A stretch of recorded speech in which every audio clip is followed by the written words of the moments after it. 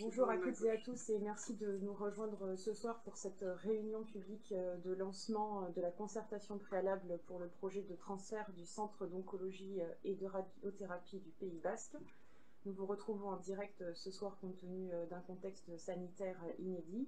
Il y a une réunion qui se tient avec un ensemble d'intervenants et le premier pour ouvrir cette réunion, M. Jean-René Etchegaray, président de la communauté d'agglomération du Pays Basque et maire de Bayonne. Monsieur Etchegaray, la parole est à vous. Merci.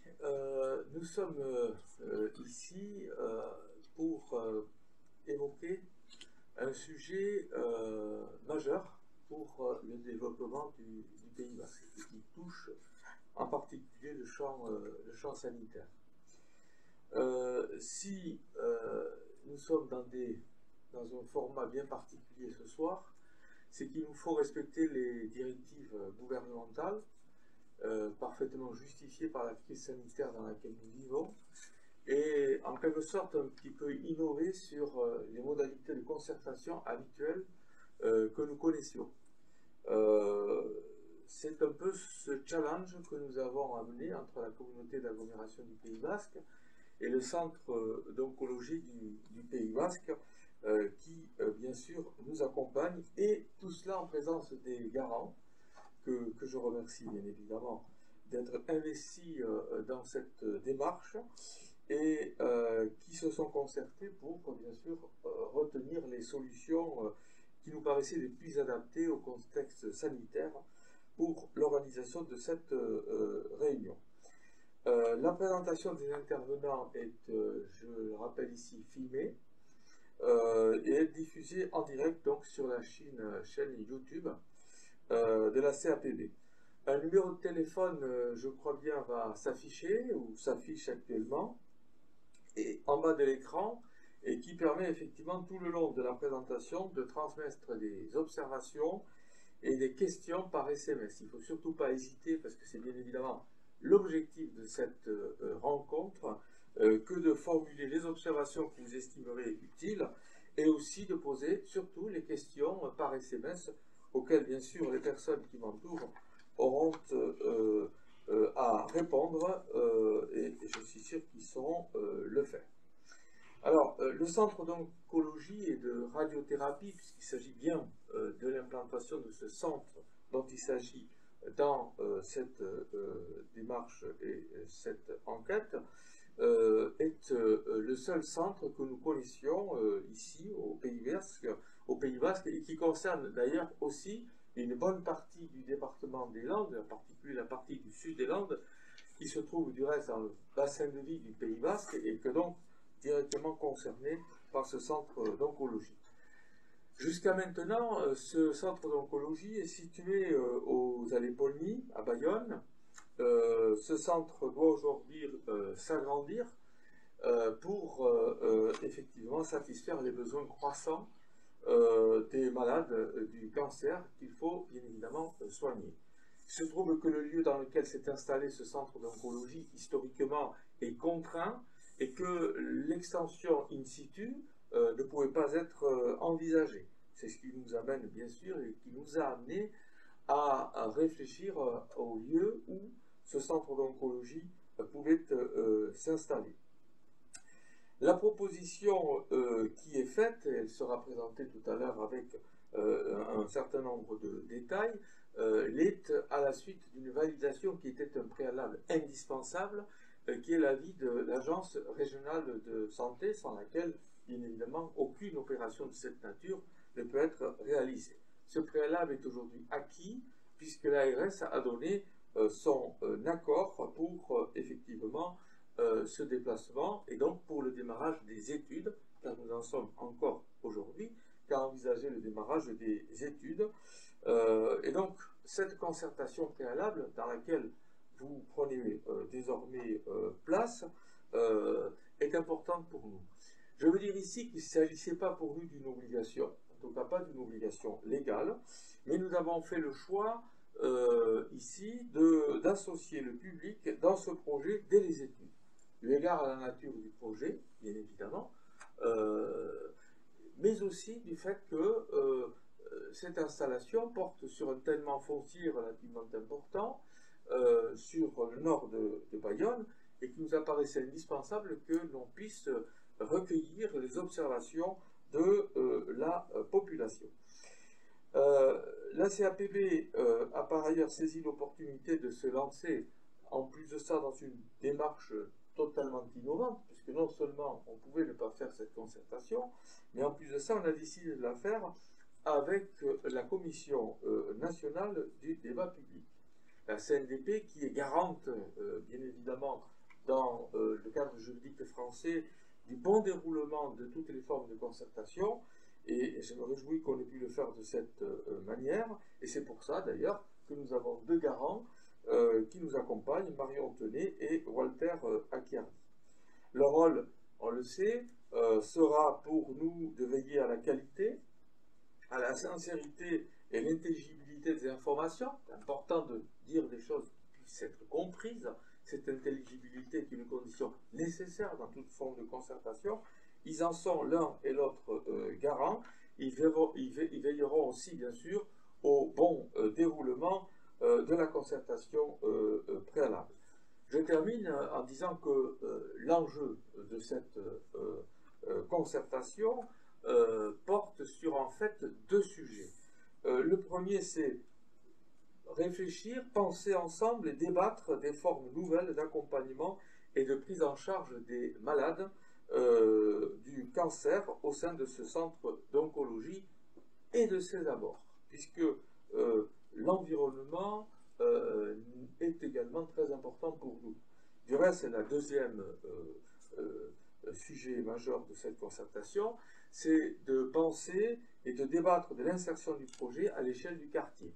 Car ce centre ne s'installe pas n'importe où, il s'installe évidemment à Bayonne, mais il s'installe aussi dans un quartier en plein devenir, et en particulier sur des espaces proches qui ont vu l'arrivée récemment d'un lycée qui est le lycée Etxepare, qui est le lycée basque en immersion, et également un réseau de chaleur qui s'est construit exactement à quelques centaines de mètres et qui permet du reste de satisfaire la demande en matière d'énergie de 10 000 habitants sur les 53 000 que compte aujourd'hui la ville de Bayonne. Donc nous sommes ici sur, je dirais pas qu'un territoire d'innovation, et on souhaite que ce projet s'inscrive aussi dans cet esprit. Voilà, je laisse maintenant la parole à notre animatrice.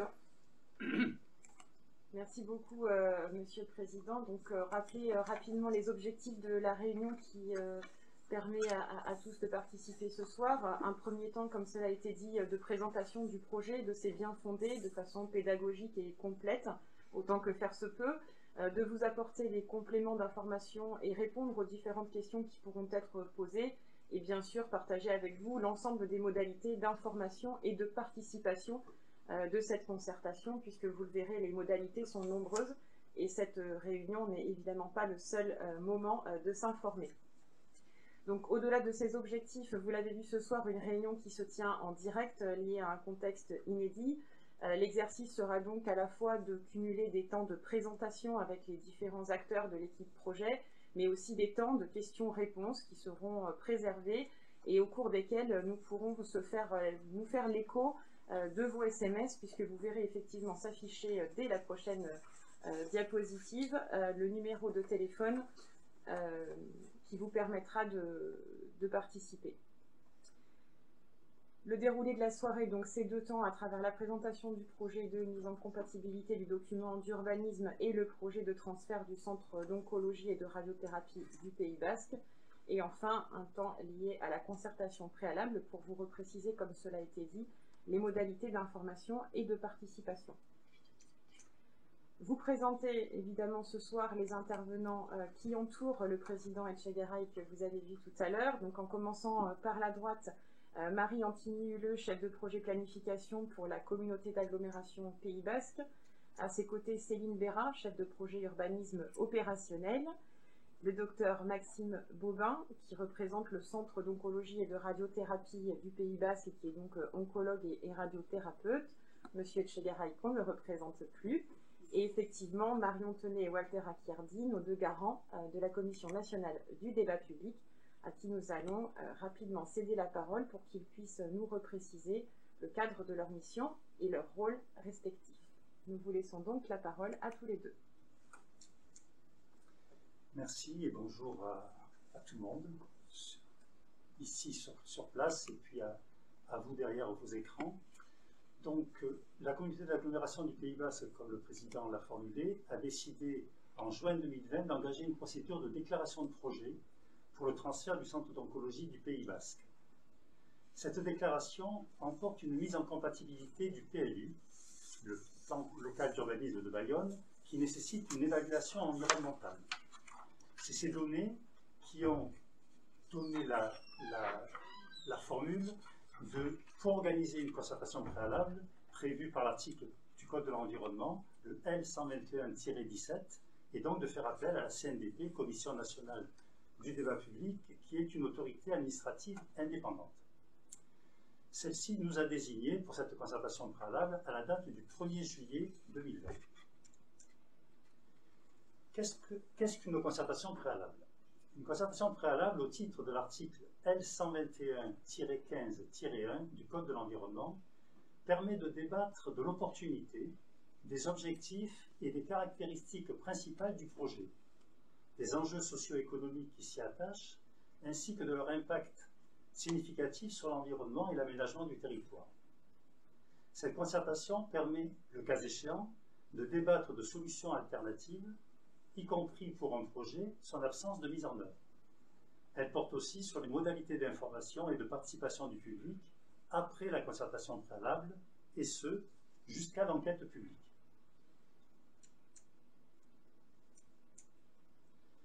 Trois principes guident les missions des garants et de la CNDP pendant des concertations préalables. D'une part, la transparence. L'information doit être disponible, de qualité, sincère, partagée et compréhensible, et les prises de position sont rendues publiques. L'équivalence. Chaque personne a le droit de s'exprimer et de contribuer au débat, en respectant des règles d'intervention applicables à toutes et tous. Et troisième principe, l'argumentation. Chaque intervention ou prise de position doit être argumentée. Bonjour à tous, j'accompagne Walter Acchiardi en tant que garant de cette concertation, comme vous l'avez souligné. Donc les missions du garant, pour que ce soit clair pour tout le monde, en fait c'est vraiment une mission d'indépendance. Ça a déjà été dit plusieurs fois, mais on insiste là-dessus. Nous appartenons à aucune partie prenante et nous sommes neutres et indépendants. Donc notre rôle, ça va être avant tout de veiller au bon déroulement de cette concertation. Ça a été dit, mais c'est important de le ressouligner. Et au respect de la participation. Alors c'est vrai qu'on est dans un contexte un peu particulier, on le regrette, mais on va faire avec. Et en tout cas, la communauté d'agglomération a fait en sorte et a eu à cœur effectivement d'essayer de trouver d'autres moyens qui ne soient pas que le numérique, et d'autres solutions, on verra, vont être proposées pour veiller justement à ce bon déroulement de cette participation, et c'est fondamental pour nous. Bien entendu, il y a un respect et une stricte neutralité, que ce soit vis-à-vis du projet, et en aucun cas, nous les garants, nous émettons un avis, c'est pas du tout notre rôle, contrairement à une enquête publique justement où les commissaires enquêteurs donnent un avis. Ici, effectivement, en tant que garant, nous n'avons pas d'avis à donner. Et bien sûr, on est à l'écoute de chaque participant, donc vous verrez dans les modalités, vous avez plusieurs moyens de contacter en direct les garants ou pas, ou de les contacter via le registre dématérialisé, on en parlera un peu plus tard, mais en tout cas, on est là à votre écoute. Donc en amont du lancement, nous avons effectué tous les deux, donc de manière indépendante, notre fameuse étude de contexte, qui est une étude fondamentale puisqu'on a rencontré un certain nombre d'acteurs dans différents domaines, que ce soit du domaine de la santé, de l'environnement, ou proche du site, des structures proches du site, puisqu'on en a parlé directement, parce qu'il y a aussi il faut en tenir compte aussi. Donc cette étude de contexte est finie à aujourd'hui. Elle fera partie aussi du bilan que nous remettrons à la fin, et le public à tout moment d'ailleurs peut venir nous interpeller sur cette étude de contexte. Pendant la concertation donc, qui a débuté le 16 novembre, donc nous sommes dans cette période-là, nous allons veiller à la qualité et à la sincérité des informations diffusées, donc ça fait partie de notre rôle. nous allons essayer, dans la mesure du possible, encore une fois avec ce contexte particulier, de favoriser l'expression. Et bien sûr, on sera, entre guillemets, un peu... on aura ce rôle de recours pour répondre à des demandes formulées directement, encore une fois, parce qu'il y aura cette possibilité-là. Et enfin, pour notre mission finale, donc nous avons ce fameux bilan à remettre à la fin qui va être une synthèse un peu de toutes les observations qui vont être émises donc à différents moments, que ce soit aujourd'hui sur cette réunion, dans le registre, enfin sur d'autres moments dans lesquels, avec les modalités de communication qu'on vous donnera à la fin de la présentation. Et l'objectif, ça va être bien sûr de présenter toutes ces observations et de voir, le cas échéant, s'il y a une évolution du projet en fonction de tout ce qui va résulter de cette concertation préalable. Donc c'est aussi l'intérêt de cette concertation. Et ce bilan donc, sera remis un mois après la fin de la concertation. Donc la concertation se finit le 27 janvier. Donc au plus tard, le 27 février, ce bilan sera remis et fera partie intégrante du dossier d'enquête publique qui aura lieu donc dans un dernier temps. Merci beaucoup, Madame Tenay. Nous allons maintenant passer à la présentation du projet lui-même et demander donc à l'équipe projet réunie maintenant à votre écran de nous en faire une présentation. Petit temps sanitaire pour la pipette. Voilà, exactement. On respecte les règles. Exactement. Donc, bonsoir à toutes et à tous. Je suis très heureux de pouvoir communiquer sur ce beau projet qui est donc le déménagement du centre d'oncologie et de radiothérapie du Pays Basque sur l'avenue du 14 avril, et le but étant toujours bien l'amélioration, l'optimisation de la qualité de la prise en charge des patients atteints de cancer dans notre région, c'est-à-dire bien sûr le Pays Basque, mais également le sud des Landes. Donc il faut savoir que ce centre d'oncologie et de radiothérapie du Pays Basque est issu de la fusion en 1987 du centre de Bayonne et de Saint-Palais, qui a ne cessé de s'accroître depuis. En 1996, on a eu l'acquisition d'un deuxième accélérateur de particules, qui sont les machines qui permettent de traiter le cancer par les rayons. En 2004, un agrandissement du site pour accueillir un troisième accélérateur, et aujourd'hui, c'est devenu insuffisant. Et, comme le disait M. Tchegaray, il n'existe aujourd'hui qu'un seul centre de radiothérapie dans le Pays Basque, les plus proches étant ceux de Dax et ceux de Pau, avec qui nous travaillons toujours également. Hop. Donc, ce centre est actuellement situé au 14 allée Paulmy à Bayonne. Il permet de prendre en charge de manière multidisciplinaire plus de 1400 patients par an atteints de cancer, puisqu'il s'agit uniquement de cancérologie, est composé d'une équipe médicale de 48 salariés. Oh, merci. Donc, ce projet fait appel et fait suite à l'émergence de nouveaux besoins, c'est-à-dire une augmentation continue du nombre de consultations médicales oncologiques, que ce soit l'oncologie médicale, mais également pour la radiothérapie. Un site qui aujourd'hui effectivement est enclavé, sans possibilité d'extension par sa localisation, la forte pression immobilière exercée sur le secteur, les projets immobiliers autour, et une accessibilité qui devient difficile, un stationnement limité pour les patients, même d'un point de vue accessibilité, et également, notamment, pour les véhicules médicalisés, les VSL et a fortiori les ambulances.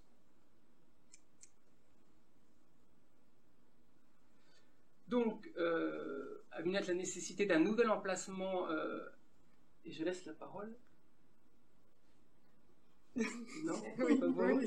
Sans transition. Donc la nécessité d'un nouvel emplacement, donc, qui est vraiment un enjeu social et de santé publique, mais également un vrai soutien pour l'économie locale avec la compétence de l'agglomération. C'est pourquoi que vous, Centre d'oncologie du Pays Basque, vous êtes tourné vers l'agglomération et notamment vers la mission urbanisme opérationnel pour vous aider à faciliter ce projet en fait. La mission urbanisme opérationnel ici à l'agglomération, c'est un service qui a vocation attendez, excusez-moi, c'est le sanitaire. Qui a vocation à accompagner, à faire émerger des projets d'aménagement Vous aviez des critères bien définis, avec un foncier disponible à la vente très rapidement, d'un tannement, comme l'a dit Monsieur le Président Etchegaray, assez conséquent. On était autour d'une recherche de 8000 m², ce qui n'est pas chose évidente dans une agglomération de cette taille. Quelque chose qui était très important pour vous également, c'était l'accessibilité, donc à proximité immédiate des sites de transport en commun, et notamment des projets phares de l'agglomération qui sont le projet du train-bus, et on va le développer plus tard, mais un site qui bénéficiait d'un environnement agréable et verdoyant. Pour ce faire, nous avons étudié 16 sites, et après, au travers d'une analyse multicritère, nous avons trouvé le site du 14 avril que nous allons vous présenter. Donc le lien se fait par rapport à ça, effectivement, entre la mission urbanisme opérationnel et la planification au sein de la communauté d'agglomération. Et effectivement, l'enjeu était de trouver un site urbanisé ou à urbaniser dans le jargon du document d'urbanisme.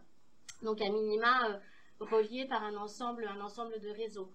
Le réseau viaire, le réseau de transport en commun, qui est aujourd'hui un enjeu important aussi au sein des territoires, le réseau électrique, le réseau d'assainissement, le réseau d'eau potable, et puis aussi cette qualité effectivement de sites qui pouvaient être opérés.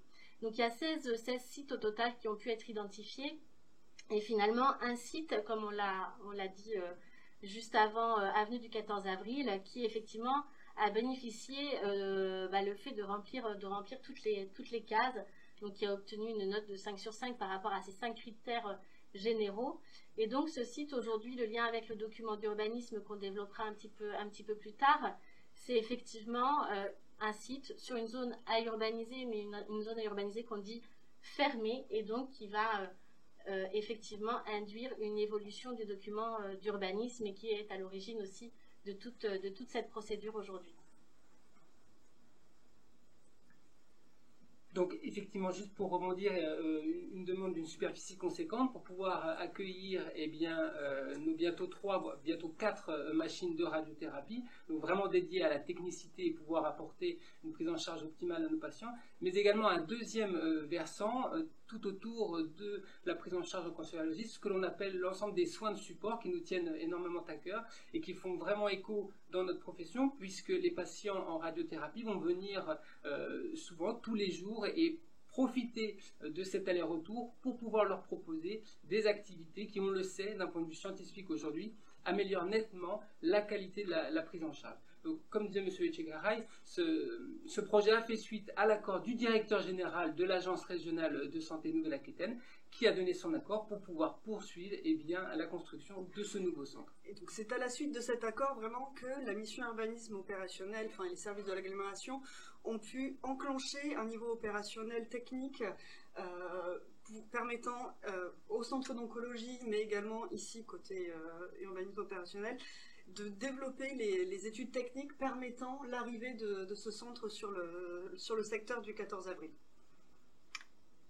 Aujourd'hui, par rapport à ce site, on est dans vraiment un intérêt particulier à travailler à différentes échelles. Il y a le projet en tant que tel, avec toutes ces composantes d'intégration paysagère, d'intégration dans le tissu bâti et en même temps naturel, voire agricole qui l'entoure, et cette relation à un territoire justement plus élargi par rapport à des terres agricoles au nord qu'on va vouloir préserver, des espaces naturels sensibles dont il va falloir tenir compte, et en même temps un maillage de trames urbaines, vières, avec cette avenue du 14 avril, où une requalification, un avenir apaisé peut aussi être pensé, et c'est comme le rappelait M. Etchegaray, aussi tout l'intérêt de cette concertation, et de travailler à ces différentes échelles par rapport à l'intégration de ce nouveau projet.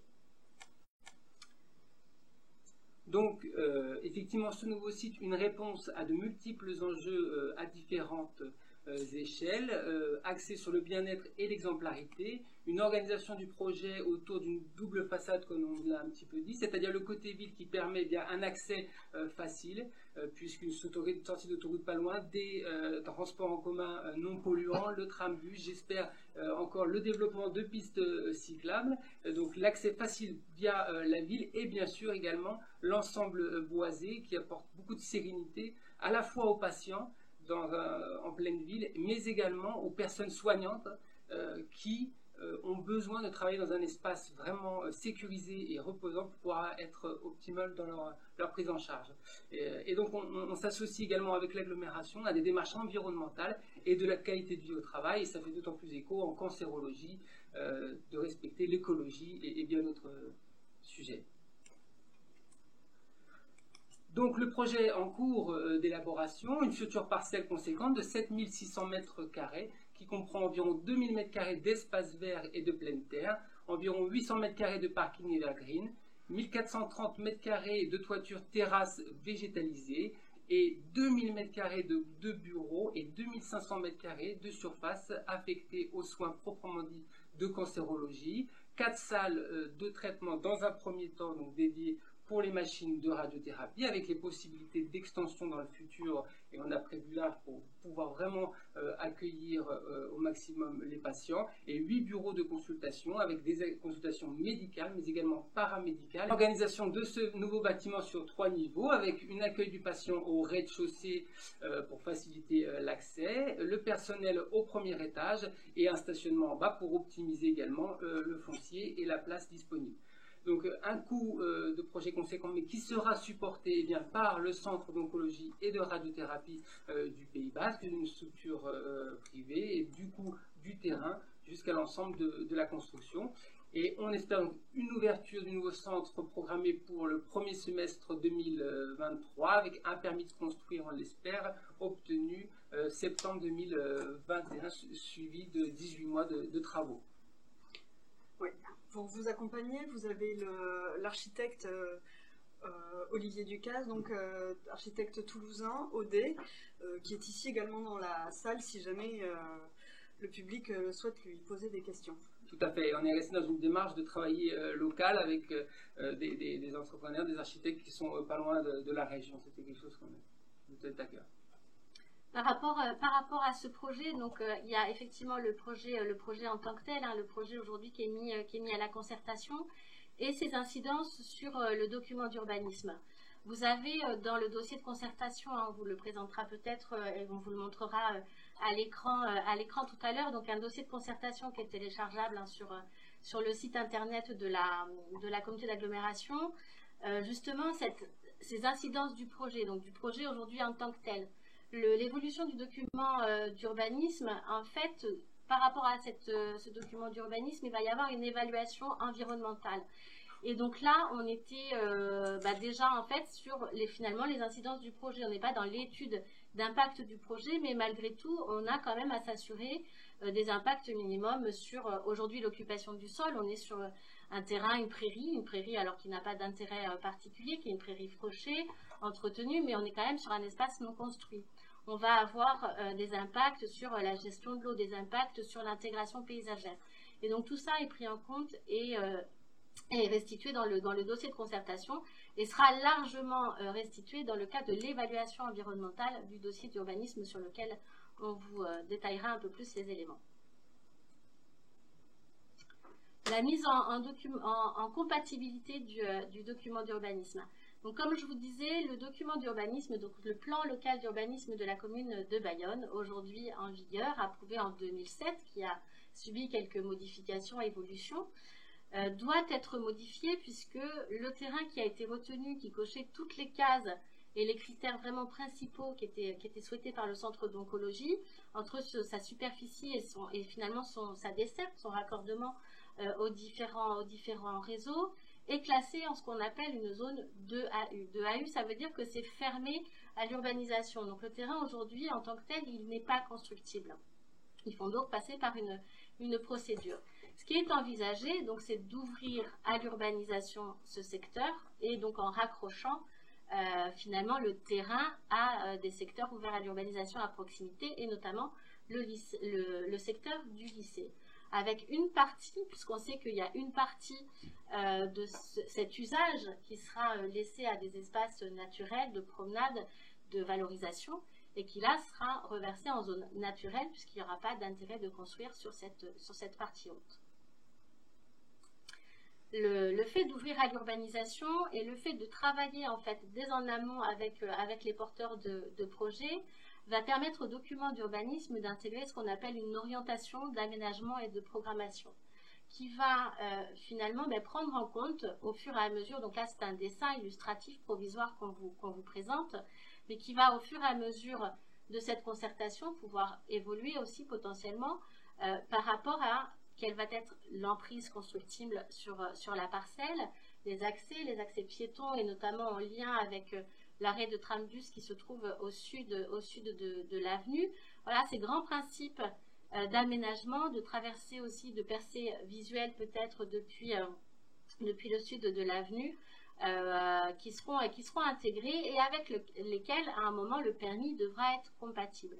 Pas conforme, on n'est pas au trait pour trait, mais compatible dans les grands esprits des principes d'aménagement retenus. Donc le choix de la procédure. Quand on modifie un document d'urbanisme, on peut avoir différentes procédures qui peuvent se mettre en place. Et là, on est dans un projet particulier, on est dans un projet d'intérêt collectif, ce qui ouvre la porte dans le champ d'évolution du document d'urbanisme possible à ce qu'on appelle une déclaration de projet. On est en train de déclarer un projet d'intérêt collectif, donc le projet du transfert du centre d'oncologie, et qui va emporter en fait une mise en compatibilité du document d'urbanisme. Cette procédure, elle a la facilité de pouvoir être en fait complètement en lien et proportionnée au projet, ce qui est un intérêt par rapport aux études à mener, et en même temps, cette procédure, elle est soumise à évaluation environnementale, parce qu'aujourd'hui, sur la commune de Bayonne, on a ce qu'on appelle 2 sites Natura 2000 qui sont liés à ces 2 cours d'eau principaux, la Nive et la Dour. Et donc, par rapport à cette évaluation, par rapport à la présence de ces sites d'intérêt écologique fort, une évaluation environnementale est nécessaire. Donc, la procédure qu'on met en place, c'est autant déclarer le projet d'intérêt général et en même temps mettre en compatibilité le document d'urbanisme en évaluant les impacts du projet sur son environnement. Par rapport à ça, donc c'est l'évaluation environnementale, effectivement, par rapport à la concertation préalable au titre du Code de l'environnement qui donne la possibilité aussi aux citoyens de faire une concertation préalable. Et donc cette concertation préalable peut être, avant que le citoyen demande à ce qu'elle soit menée, directement être initiée par la collectivité publique, ce qui a été le choix donc, de la communauté d'agglomération Pays Basque. Le calendrier de la procédure, donc M. Bobin vous a parlé effectivement d'un déménagement du centre pour le premier semestre 2023 par rapport à, d'un côté, le déplacement des machines qui sont aujourd'hui sur le site actuel et en même temps, au regard de l'extension du site et effectivement des possibilités de machines supplémentaires, le fait de pouvoir livrer les nouvelles machines aussi directement sur site.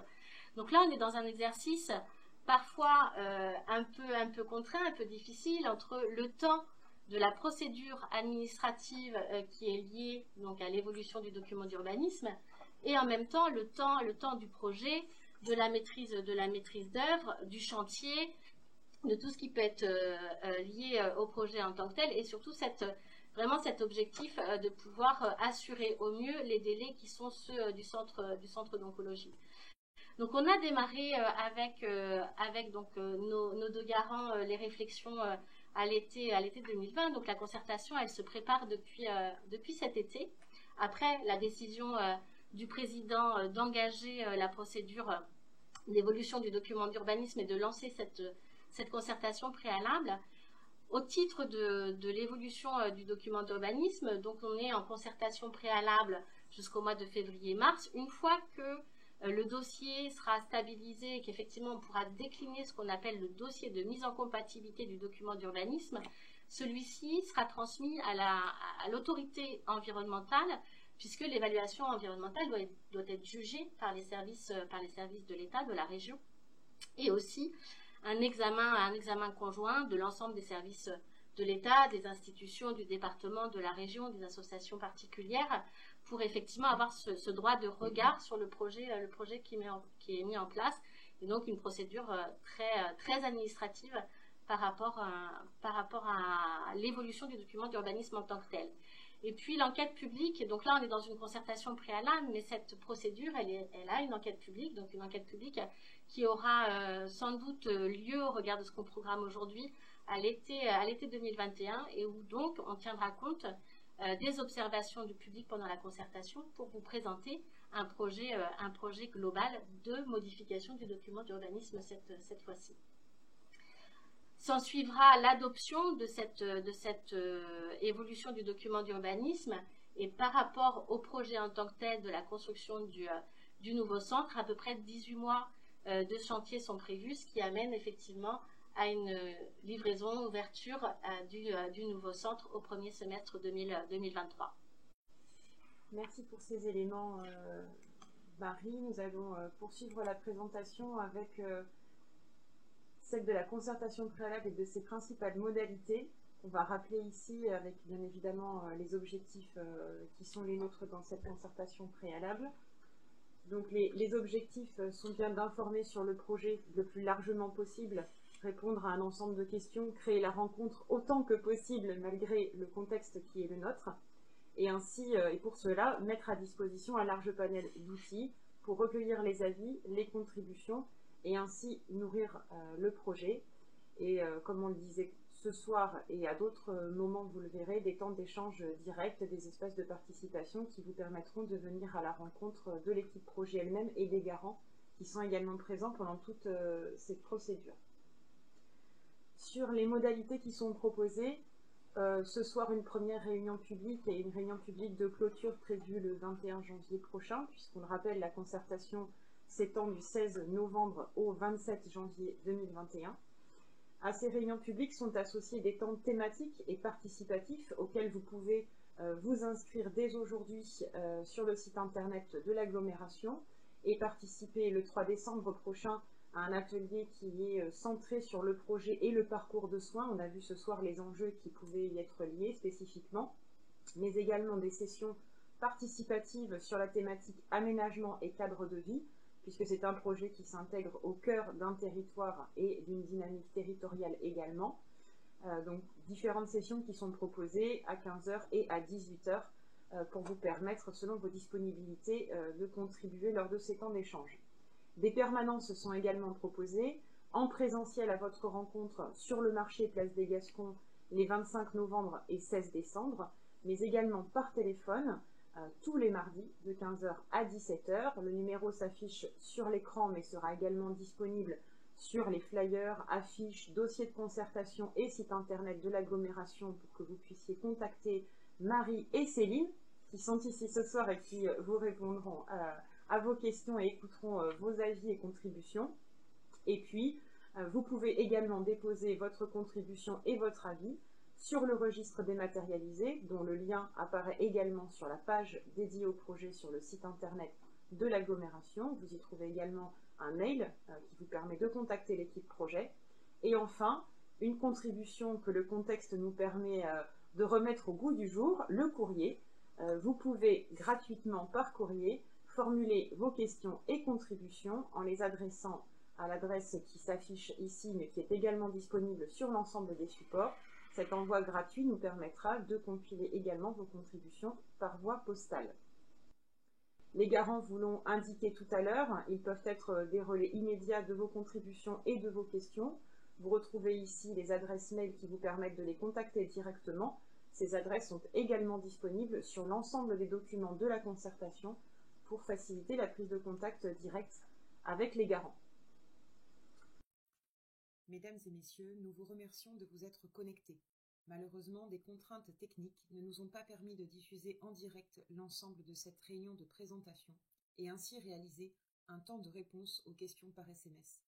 Nous vous prions de bien vouloir nous en excuser. L'ensemble de cette réunion est disponible sur la chaîne YouTube de la communauté d'agglomération du Pays Basque jusqu'à la fin de la concertation préalable le 27 janvier 2021.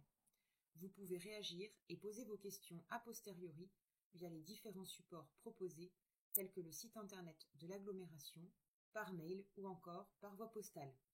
L'ensemble de vos questions sera traité et des réponses vous seront apportées en continu. Nous vous rappelons que prochainement auront lieu des ateliers thématiques les 3, 9 et 10 décembre. Si vous souhaitez y participer, n'oubliez pas de vous inscrire via le formulaire disponible sur le site internet de l'agglomération. Nous vous renouvelons toutes nos excuses pour ce désagrément et vous donnons rendez-vous prochainement pour de nouveaux échanges. À très bientôt.